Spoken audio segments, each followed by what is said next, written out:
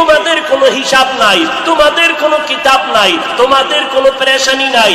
জান্নাতের 8টা দরওয়াজা, সব দরজা দিয়া ডাকবে, আসো জান্নাতের হুর তোমাদের জন্য অপেক্ষা করতেছে, জান্নাতের বিছানা তোমাদের জন্য রেডি। কেন তুই সূর্যের গরম যেন না লাগে?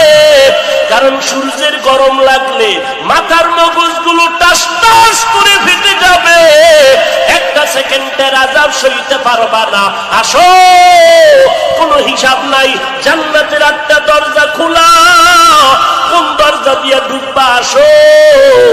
ও এলাকার মা বোনেরা, 4 জন নারীকে জান্নাতের 8টা দরজা ডাকবে, এর মধ্যে একজন নারী হবেন আমার নবীর কলিজার বিবি।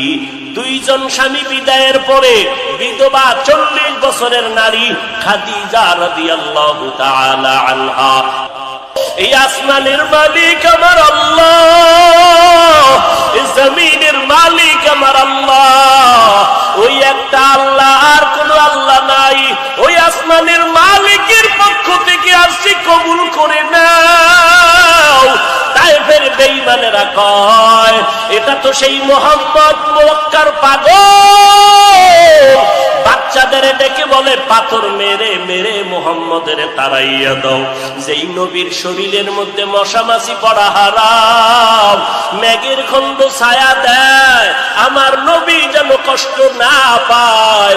ওই শরীরের মধ্যে কাফেরের গোলামেরা এমন বৃষ্টির মতো পাথর মারতেছে, পাথর পরে পরে নবীর শরীর থেকে রক্ত প্রবাহিত হইয়া জুতা আটকাইয়া গেল।